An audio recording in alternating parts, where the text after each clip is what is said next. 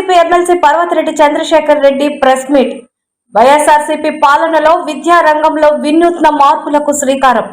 పేదల పిల్లలు ఇంగ్లీష్ మీడియంలో చదువుతుంటే కూటమి నాయకుల కళ్లల్లో నిప్పులు పోసుకున్నారు. నాడు ఇంగ్లీష్ మీడియం వ్యతిరేకించిన వాళ్లంతా హైకోర్టు వ్యాఖ్యలను ఖండించగలరా?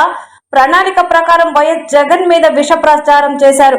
కూటమి పాలనలో పాఠశాలల్లో మరుగుదొడ్లు, ఆర్ఓ వాటర్ ప్లాంట్లు పనిచేయడం లేదు.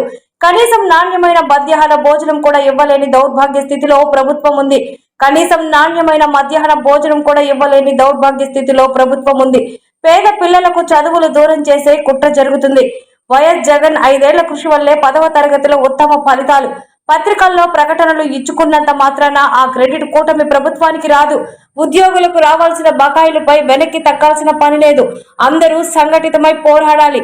పిఆర్సీ, డిఏ, ఐఆర్లపై ప్రశ్నించకుండా జీతాలు తగ్గిస్తామని బ్లాక్ మెయిల్ చేస్తున్నారు.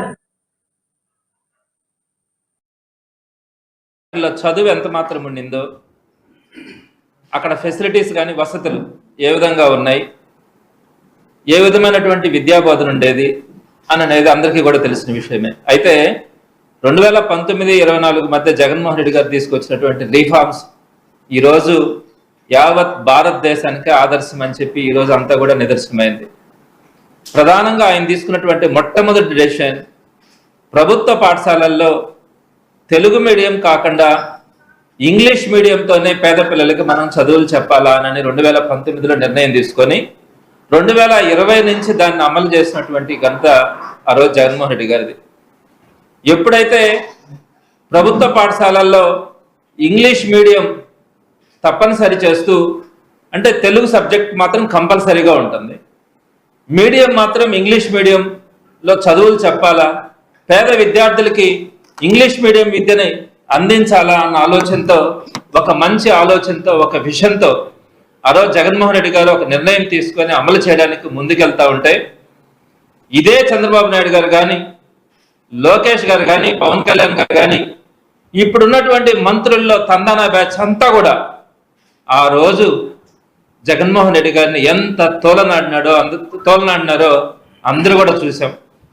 ఎన్ని రకాలుగా మాటలు అన్నారో, తెలుగు భాషను నాశనం చేస్తా ఉన్నారని, తెలుగు భాషను అన్యాయం చేస్తా ఉన్నారని, చివరికి కోర్టులకు కూడా వెళ్ళి ఇంగ్లీష్ మీడియం తప్పనిసరి చేస్తూ తీసుకున్నటువంటి నిర్ణయాన్ని వెనక్కి తీసుకోవాలా, పేద విద్యార్థులకి ఇంగ్లీష్ మీడియం విద్య ఉండకూడదన్న ఆలోచనతో వీరు చేసినటువంటి కుట్రలన్నీ కూడా ఆ రోజు వైఎస్ జగన్మోహన్ రెడ్డి గారు ఎదుర్కోవడం. కానీ సుమారుగా ఒపీనియన్ తీసుకుంటే 95% మంది తల్లిదండ్రులు ఇంగ్లీష్ మీడియంలోనే కావాలని కోరుకున్నారు. కాబట్టి ఆ రోజు ఆయన కొనసాగించడం కూడా జరిగింది.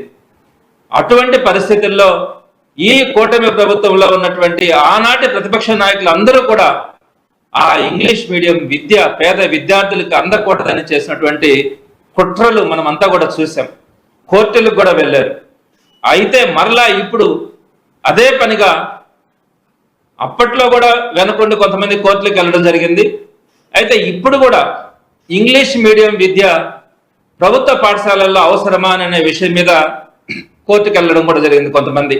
దాని వెనక ఎవరున్నారని తీసి పక్కన పెడితే, అయితే నిన్నటి రోజున హైకోర్టు ధర్మాసనం ఇచ్చినటువంటి నిర్ణయం అన్ని పేపర్లలో కూడా ఈరోజు వచ్చింది.